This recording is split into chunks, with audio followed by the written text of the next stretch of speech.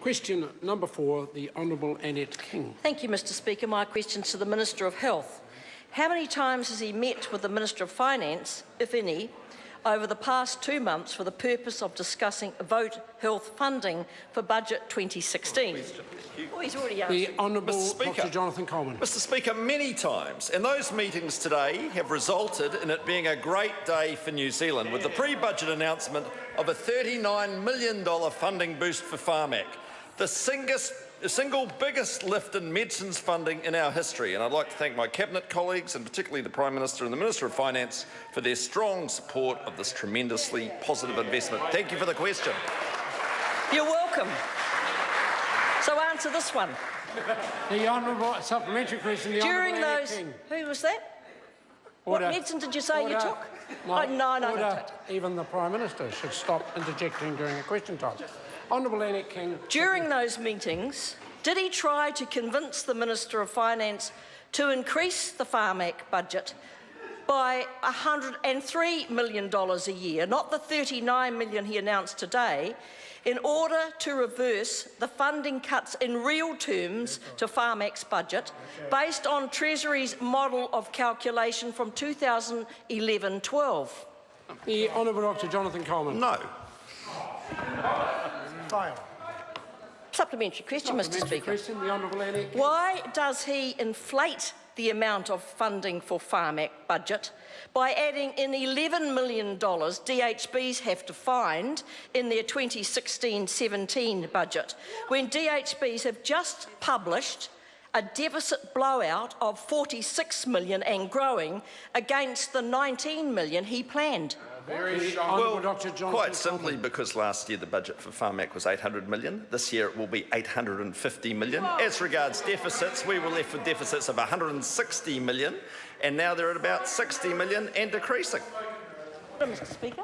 Point of order, the Honourable Annette King. Mr Speaker, I asked about him inflating the budget from the DHB's $11 million. No, the question in my mind was quite a lengthy question. It was addressed both in the, as to how it justified the increase in funding, and then there was a comment about DHB deficits as well. The question's no doubt been addressed. Oh, well, supplementary, Mr. Supplementary question, the Honourable Annette King. Why has he provided enough funding for 7 of the 20 top-tier medicines, which, according to the Chief Executive of Pharmac, would have higher priority than any advanced melanoma drug?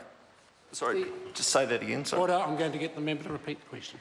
Why has he provided only enough funding for 7 of the 20 top-tier priority drugs identified by Pharmac, and which, according to the Chief Executive, would have higher priority than an advanced melanoma drug?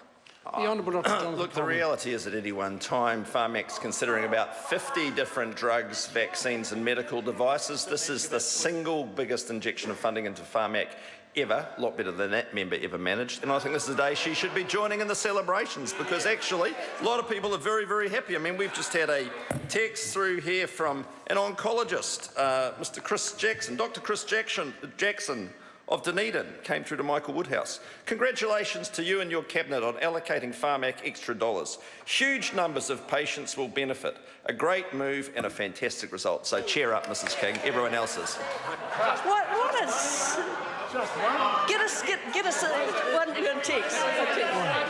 Order. I suggest he gets a sense of humour, Mr Speaker. The poor man. Get a sense of Supplementary humour. question, the Yes, Honourable I've got Annette one. King. Is the... Come on, Paula, give us a go Order. here. Order. This is my turn. Order. And it is, so please Yes, proceed. thank you. Is... Order. Honourable Annette King, supplementary question. Is the $10 million a year for the next 4 years he redirected from the DHBs to cover the blowout in costs in the Ministry of Health now to be given back to the DHBs to fund the $11 million he wants them to stump up with to add to the pharmaceutical budget? Or is it just a merry-go-round of money and a lot of jiggery-pokery? Order. 2 questions there. One can be answered. No. Look, Mrs. King, I think the member needs to take some advice from her leader, who says, and this is a report from Radio New Zealand, I think we have a bit of an issue.